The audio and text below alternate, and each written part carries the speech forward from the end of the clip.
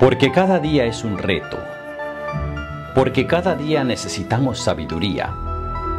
Vale la pena buscar al Maestro de Maestros y recibir lecciones para vivir. Este es un mensaje de actualidad para vivir el presente con sabiduría y ver el futuro con esperanza. Este es su programa cristiano, Lecciones para Vivir. Nuevamente les saludo, hermanos, con mucho afecto, agradeciendo este espacio que nos permiten en sus hogares. ¿Cómo te va, Samuel? Dinos cuál es el título de nuestra lección y cuál es el propósito de este estudio. Por supuesto, Beth, pero antes me permito saludar a nuestros televidentes. Bienvenidos a la lección de hoy. Me alegra que nos acompañen al repaso de esta lección. Su título es La humildad de la sabiduría celestial, y el propósito es entender que la verdadera sabiduría se revela en una vida humilde y piadosa que produce palabras y acciones llenas de amor. Oremos, hermanos, para pedir la dirección del Espíritu Santo.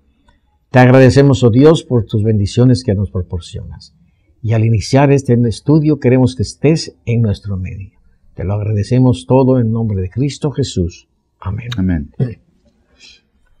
En una comida presidida por Sir Mark Young, gobernador de Hong Kong, entre los años 1941 y 1947, una dama de las más distinguidas se sintió humillada al descubrir que le habían puesto al extremo de la mesa, en vez de estar cerca del anfitrión. Al terminar la comida, se acercó a Sir Mark y le dijo con sequedad: «Según parece, no tiene usted cuidado de dónde se sientan sus invitados». «Señora», contestó el gobernador, «a la gente realmente importante no le interesa el sitio donde se sienta, y sucede a veces que quienes se interesan por el sitio no son importantes». ¿Te das cuenta, Samuel? Algunos se sienten más importantes de los que realmente son. ¿No dijo Jesús algo similar acerca de sentarse en los mejores lugares? ¿Qué condición debemos cumplir para recibir la verdadera sabiduría? Sí, Obed. Allí en Lucas 14, 8 y 9 Jesús dijo: «Cuando fueres convidado por alguno a bodas, no te sientes en el primer lugar, no sea que otro más distinguido que tú esté convidado por él, y viniendo en el que te convidó a ti y a él, te diga: da lugar a este». Dice el versículo 7 del mismo capítulo 14 de Lucas que Jesús estaba observando. Dice, observando cómo escogían los primeros asientos a la mesa. Entonces Jesús les dio este consejo. Me parece una magnífica sugerencia que evitaría a muchos pasar vergüenza si lo hicieran. La realidad es que la mayoría de nosotros nos sentimos más importantes de lo que realmente somos. Volviendo a la sabiduría, Obed, veamos la condición que debemos cumplir para recibir la verdadera sabiduría. Dice Santiago 1:5, «Y si alguno de vosotros tiene falta de sabiduría, pídala a Dios, el cual da a todos abundantemente y sin reproche, y le será dada». O sea, debemos pedirla. Esta es una oración que Dios siempre contesta positivamente. Si pedimos con fe, nos será dada. ¿Recuerdas la petición del rey Salomón, Obed?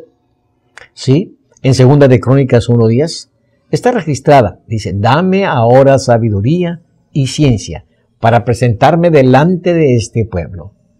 Y dice el versículo 11: «Y dijo Dios a Salomón: por cuanto no pediste riquezas, bienes o gloria, sino que has pedido para ti sabiduría y ciencia para gobernar a mi pueblo, sabiduría y ciencia te son dadas». Efectivamente. Salomón pidió sabiduría y Dios se la concedió. La otra condición para recibir sabiduría divina está en Proverbios 11:2, que dice: «Cuando viene la soberbia, viene también la deshonra, mas con los humildes está la sabiduría». Debemos ser humildes, pues con los humildes está la sabiduría. Claro. Gracias, Samuel. George Washington Carver, el científico que desarrolló cientos de usos para el cacahuate, dijo: «Cuando yo era joven, le pedí a Dios: enséñame los misterios del universo. Pero Dios me respondió: esos conocimientos están reservados solo para mí». Entonces dije: «Dios, enséñame los misterios del cacahuate». Y Dios me dijo: «Jorge, eso está más de acuerdo a tu tamaño». Y me los enseñó. Y Jorge Washington Carver descubrió más de 300 usos del simple cacahuate. Ser manso, ser paciente y humilde es no irritarse ni dejarse provocar fácilmente y ser sumiso y aguantador. La mansedumbre es un trabajo arduo, dijo Doug Larson. La sabiduría es la recompensa que obtiene después de una larga vida de estar escuchando cuando hubieras preferido hablar. Ser manso es ser suficientemente fuerte como para ser tierno en cualquier situación que te encuentres. Cuando te das cuenta de la importancia de la mansedumbre, Dios puede usarte para glorificarlo a Él y servir a otros. Dice Santiago 3:13, quien es sabio y entendido entre vosotros, muestre por la buena conducta sus obras en sabia mansedumbre. No importa cuál sea tu posición en la vida, lo que importa es cómo respondes a tu posición. Y cuando tienes una actitud de mansedumbre, serás una persona de éxito entre los ojos del Señor. Samuel, ¿por qué son tan importantes la mansedumbre y la humildad en la vida del cristiano? ¿Cómo se demuestra la sabiduría según Santiago? Sí, Obed. La mansedumbre y la humildad son importantes porque son el antídoto para la altanería, el egoísmo y el orgullo, que son los pecados más ofensivos delante de Dios. La mansedumbre es fruto del Espíritu Santo, pero no es popular en nuestra cultura por estar llena de egocentrismo y agresividad. La gente asocia la mansedumbre con la debilidad y, sin embargo, Jesús dijo en Mateo 11:29, llevad mi yugo sobre vosotros y aprended de mí, que soy manso y humilde de corazón, y hallaréis descanso para vuestras almas. La mansedumbre es una actitud de humildad hacia Dios y de amabilidad hacia las personas. La mansedumbre es un argumento poderoso en favor de Cristo. La mansedumbre nos da gracia y aceptación delante de las demás personas. La mansedumbre es necesaria para recibir la palabra de Dios, dice Santiago 1:21, recibid con mansedumbre la palabra implantada. Considerando todo lo que costó nuestra salvación, los cristianos deberíamos ser las personas más mansas y humildes en la tierra. E.D. Holtz dijo, la humildad es una cosa extraña. En el momento en que piensas que lo obtuviste, la perdiste. Como aquel hombre que vivía en un pueblo pequeño. Este pueblo pequeño quería reconocer y recompensar a su ciudadano más humilde. Se hizo una encuesta en la pequeña comunidad y se identificó a la persona. En una ceremonia a la que asistieron todas las personas importantes, se le entregó al ciudadano más humilde una cinta que decía, el hombre más humilde del pueblo. Sin embargo, al día siguiente le quitaron la cinta porque la estaba exhibiendo. ¿Qué te parece, Obed? El apóstol Pablo dijo en Efesios 4:2, con toda humildad y mansedumbre, soportándoos con paciencia los unos a los otros en amor. Y Santiago dice en el capítulo 3, versículo 13, que lo demuestre, o sea, su sabiduría, con su buena conducta, con la humildad que le da su sabiduría. Gracias, Samuel. En la Facultad de Teología, el curso favorito era Estudios sobre el Nuevo Testamento, porque el maestro no dejaba tareas, no dejaba lecturas y solo daba un examen, el final. Llevaba el maestro 25 años haciendo el mismo examen. Describa todos los viajes misioneros del apóstol Pablo. Silverio, quien era la estrella del equipo de fútbol de la escuela, tomó el curso y con la ayuda de su tutor se preparó para el examen final. Se aprendió a la perfección los viajes misioneros de Pablo, desde todos los ángulos. Pero sorpresa de sorpresas, por primera vez en 25 años, el maestro cambió la pregunta. Critique el sermón del monte predicado por Jesús.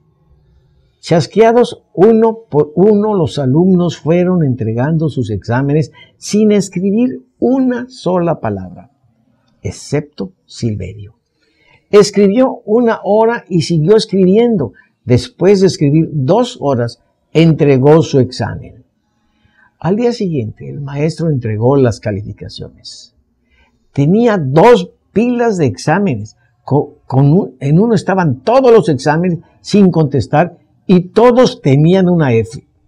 En la otra pila estaba el examen de Silverio en el que estaba escrito una A. ¿Qué fue lo que escribiste?, preguntó un compañero curioso. Léelo, le contestó Silverio.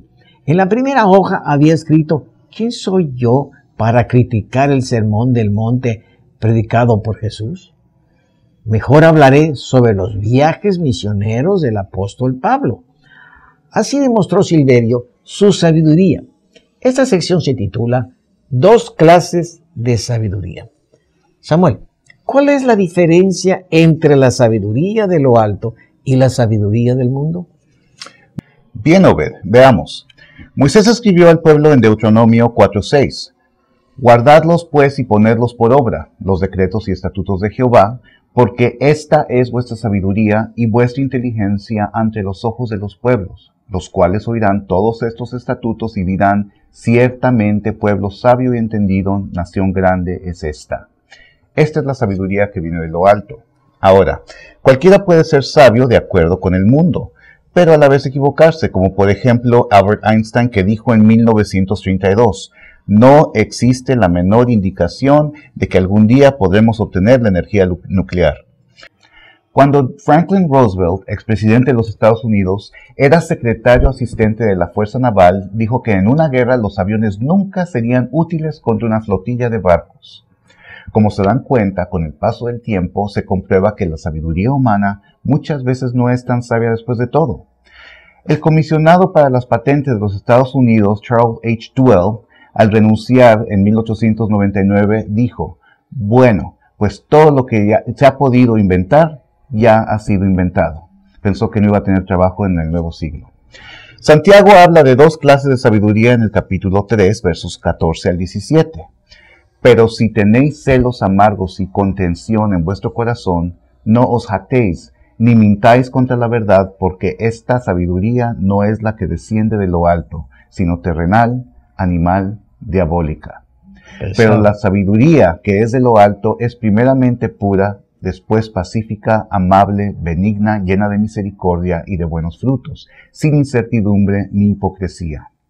Notemos cómo define Santiago la sabiduría de lo alto. Es pura, es pacífica, es amable, benigna, llena de misericordia, da buenos frutos y no es hipócrita. Es esta segunda sabiduría la que nos debe interesar. En mayo del 2012 se subastaron un rubí y un anillo de diamantes que formaban parte de la colección de Lily Safra, una de las mujeres más ricas del mundo. Su precio fue de $6.7 millones. Se cree que es el rubí más valioso que se haya vendido. Pero sabes, Obed, aun cuando los rubíes son tan valiosos, la Biblia nos dice que la sabiduría es de mucho más valor. Ningún tesoro terrenal se puede comparar con la sabiduría, porque ninguna otra cosa ofrece la misma protección, los mismos beneficios y bendiciones que recibimos de la sabiduría. Dice Proverbios 8:11, porque mejor es la sabiduría que las piedras preciosas, y todo cuanto se puede desear no es de compararse con ella. Gracias, Samuel. El novelista francés Alejandro Dumas tuvo un pleito con un joven político. La discusión fue tan intensa que no se pudo evitar un duelo. Ambos hombres tiraban perfecto al blanco, por lo tanto, decidieron echar suertes, acordando que el perdedor se suicidaría a sí mismo. Dumas perdió, así que con pistola en mano, dignamente entró en un cuarto contiguo y cerró la puerta tras él. Todo el mundo esperaba en triste suspenso para escuchar el tiro que acabaría con su vida. Por fin se dejó escuchar y sus amigos corrieron a la puerta. Al abrirla, encontraron a Dumas con su pistola en mano, todavía humeando. Caballeros, dijo Dumas, algo muy lamentable sucedió hoy. Erré al blanco.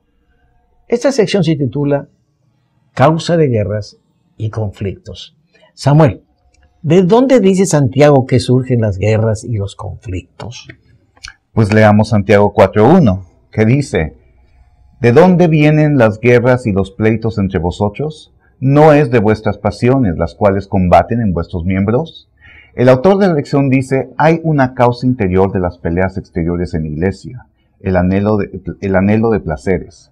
La vida cristiana involucra una batalla larga que, si no está gobernada por la sabiduría que viene de lo alto, provoca traumas espirituales entre los creyentes. Las guerras y pleitos vienen de nuestro egoísmo, porque no tenemos la sabiduría divina. Dice Elena White en su libro El deseado de todas las gentes, páginas 298. El amor a sí mismo es lo que trae inquietud. Cuando hayamos nacido de lo alto, habrá en nosotros el mismo sentir que hubo en Jesús. Entonces no buscaremos el puesto más elevado, desearemos sentarnos a los pies de Jesús y aprender de él. Dos hombres que vivían en un pequeño pueblo entraron en una disputa tan terrible que no la pudieron resolver. Fueron con el sabio del pueblo para que les ayudara. El primer hombre entró a la casa del sabio y le contó su versión. Cuando terminó, el sabio le dijo: «Tiene usted toda la razón». La siguiente noche, el otro hombre fue a la casa del sabio y le contó su versión. El sabio respondió: «Tiene usted toda la razón». La esposa del sabio se molestó con él y le dijo: «Esos hombres te dijeron dos historias distintas y tú les dijiste que tenía toda la razón a cada uno. Eso es imposible. Ambos no pueden tener la razón». El hombre sabio se volvió a su esposa y les dijo: «Tienes toda la razón». ¿Te das cuenta, Obed? Cuando no se tiene la sabiduría de lo alto, no se puede discernir entre lo bueno y lo malo. Pablo escribió en Gálatas 5:17, «Porque el deseo de la carne es contra el espíritu, y el del espíritu es contra la carne, y estos se oponen entre sí, para que no hagáis lo que quisierais». Alguien dijo: los cristianos que están en guerra unos con otros no pueden estar en paz con su Padre Celestial. Para acabar con las guerras y los conflictos en la iglesia, tenemos que empezar con nosotros. Hemos de desarrollar la mansedumbre y la humildad, y entonces nos interesaremos más por el bien de los demás, en lugar de estar pensando solamente en nosotros. Gracias, Samuel. Dos amigos habían ido de casa en el norte de los Estados Unidos, cuando de repente uno de ellos dio un grito. El otro se dio la vuelta y vio que un enorme oso venía hacia ellos. El primero comenzó a ponerse los zapatos tenis a toda prisa y su amigo le dijo: «¿Qué estás haciendo? ¿No sabes que no puedes alcanzar a correr más rápido que un oso?» El otro le contestó: no tengo que correr más rápido que el oso, solo tengo que correr más rápido que tú». Bonito amigo, ¿no? Esta sección se titula La amistad del mundo. Samuel, ¿por qué utiliza Santiago la frase almas adúlteras en Santiago 4:4? ¿A qué o a quién se refiere? Dice el texto: «Oh, almas adúlteras, ¿no sabéis que la amistad del mundo es enemistad contra Dios? Cualquiera, pues, que quiera ser amigo del mundo, se constituye enemigo de Dios». Dice el Comentario Bíblico Adventista, tomo 7, página 548. Algunos consideran que Santiago habla del adulterio en sentido figurado, o sea, la apostasía espiritual. Sin embargo, las personas a quienes habla Santiago en este versículo parecían considerarse aún miembros de la iglesia, sin embargo, incurrían en pecados graves y por tal razón Santiago podría estar refiriéndose al adulterio carnal. Esos miembros de la iglesia demostraban que su proceder no era diferente de los del mundo. Sea adulterio espiritual o carnal, ambos son detestados por Dios. Dios desea nuestra completa lealtad, no una lealtad dividida. En constituirnos en amigos del mundo, eso es desear sus placeres y aceptar sus valores, nos hace quebrantar nuestros votos a Dios. El amor a Dios es un amor de todo o nada. No podemos servirle con un corazón dividido. Dice Oseas 10:2, hablando del antiguo Israel: «Está dividido su corazón». El pecado de Israel antiguo era un corazón dividido. Samuel, Pablo nos dice en Romanos 12:2, «No os conforméis a este mundo». ¿Es esto lo que está diciendo Santiago, Samuel? Básicamente sí. No debemos parecernos al mundo, porque no está de acuerdo con la moral de Dios. Por ejemplo, su actitud hacia el matrimonio y hacia el divorcio, hacia la fornicación y la homosexualidad, su actitud en su manera de criar a sus hijos. En lugar de conformarnos a este mundo, los cristianos debemos ser ejemplo. Jesús nos pide que seamos la sal de la tierra y la luz del mundo. Dice que el mundo debe ver nuestras buenas obras. Pablo dice en Efesios 5:27, a fin de presentársela a sí mismo una iglesia gloriosa que no tuviese mancha ni arruga ni cosa semejante, sino que fuese santa y sin mancha. El pecado de Israel antiguo era un corazón dividido. El remedio para curar un corazón dividido es el mismo ahora que lo que era antes, la gracia de Dios. Dice Santiago 4:6. Dios resiste a los soberbios y da gracia a los humildes. Lo importante es que nuestra relación con el mundo sea tal que podamos influenciar a otros a seguir a Jesús y no permitir que el mundo tenga ninguna influencia sobre nosotros. Una pareja llevaba 60 años de casados y aún se amaban estrechamente. Durante su vida habían compartido de todo. El único secreto que había entre ellos era el de una cajita de zapatos que la esposa tenía en el estante de arriba dentro del closet. Cuando se casaron, ella colocó allí su cajita y le pidió al esposo que nunca la abriera y que no le hiciera preguntas acerca de ella. Durante 60 años, el esposo se sometió a la petición de su esposa. De hecho, hasta la habían olvidado hasta que su esposa enfermó de gravedad y los doctores dijeron que no había esperanza de que se recuperara. El esposo le ayudó a poner todo en orden y recordó la cajita. La bajó del closet y se la llevó al hospital. Le preguntó si ahora podía compartir su secreto y ella estuvo de acuerdo. Al abrirla, encontró 2 muñequitas tejidas con estambre y un rollo de billetes que hacían un total de $95,000. El hombre quedó muy sorprendido, pero ella le explicó que antes de casarse su abuela le había dicho: debes someterte a tu esposo. Cuando discutan, reconcíliate enseguida. Si no se pueden reconciliar, cierra la boca y teje una muñequita. El hombre se sintió conmovido de que solo hubiera 2 muñequitas tejidas, pensando que en 60 años solamente hubo 2 conversaciones que no pudieron reconciliarse. Con lágrimas en los ojos le preguntó a su queridísima esposa acerca del rollo de billetes y la esposa contestó: querido, cada vez que tejía una muñequita, la vendía en la feria de artesanías por $5. Bueno, si hubiera más esposas que supieran tejer, quizás se eliminarían muchos divorcios. ¿No crees, Samuel? Esta última sección se titula Sumisión a Dios. Samuel, ¿es posible obedecer a Dios sin someternos a Él? ¿Cuál es la diferencia? Bien, veamos la diferencia. Obediencia es un acto externo, pero sumisión es una actitud interna. Como la mamá que le ordenó a su hijo sentarse en una esquina. Después de unos minutos de estar sentado, el niño muy molesto le dijo a la mamá: estoy sentado por fuera, pero por dentro estoy parado. Dios no nos pide solamente obediencia. Dice Santiago 4:7-8. Someteos pues a Dios, resistid al diablo y huirá de vosotros. Acercaos a Dios y Él se acercará a vosotros. Pecadores, limpiad las manos y vosotros los de doble ánimo, purificar vuestros corazones.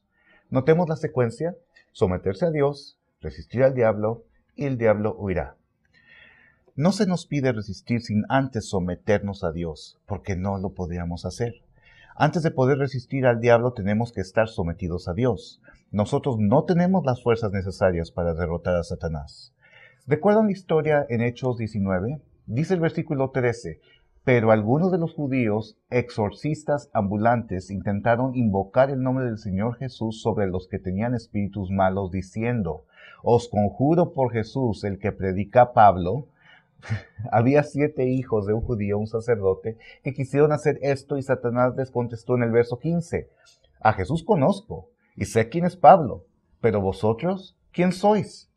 Dice el versículo 16: y el hombre en quien estaba el espíritu malo, saltando sobre ellos y dominándolos, pudo más que ellos, de tal manera que huyeron de aquella casa desnudos y heridos. Se les puso una santa golpiza. No podemos enfrentar al diablo con nuestra propia fuerza. Por eso debemos estar sometidos a Cristo, y Él hará que el diablo huya de nosotros. Samuel, no solamente para resistir al diablo debemos someternos a Dios, sino para poder desarrollar un carácter semejante al de Jesús. Se nos dice que el carácter es lo único que llevaremos al cielo, pero no cualquier carácter, ¿no es cierto? Sí, Obed. Veamos cómo lo dice el Salmo 24 del 3 al 6. ¿Quién subirá al monte de Jehová? ¿Y quién estará en su lugar santo? el limpio de manos y puro de corazón, el que no ha elevado su alma a cosas vanas, ni jurado con engaño, él recibirá bendición de Jehová y justicia del Dios de salvación. Tal es la generación de los que le buscan, de los que buscan tu rostro, oh Dios de Jacob. Manos limpias se refiere a buenas acciones, acciones limpias. Un corazón puro se refiere a emociones y pensamientos puros. Dios da su gracia a los humildes y puede transformar nuestro carácter en un carácter semejante al de Cristo. Pero fíjate, ves lo que dice el verso 8 de Santiago 4. Acercaos a Dios y Él se acercará a vosotros. Pecadores, limpiad las manos, y vosotros, los de doble ánimo, purificad vuestros corazones. Después de resistir al diablo, debemos mantenernos cerca de Dios. Dios nunca nos abandona. Cada vez que nos acercamos a Él, Él nos perdona y nos acepta. Los de doble ánimo pueden ser purificados y en lugar de un corazón dividido entre lealtad a Dios y amor al mundo, tendremos un corazón entregado completamente a Dios. Nuestro único derecho a la gracia de Dios es que nos demos cuenta de nuestras deficiencias y de nuestra necesidad de esa gracia. Gracias, Samuel. ¿Podrías hacernos un resumen de esta lección, por favor? Cómo no, con mucho gusto. Tengo 5 puntos. Primero, la mansedumbre es fruto del Espíritu Santo y juntamente con la humildad es muy importante porque la mansedumbre y la humildad son el antídoto para la altanería, el egoísmo y el orgullo, que son los pecados más ofensivos delante de Dios.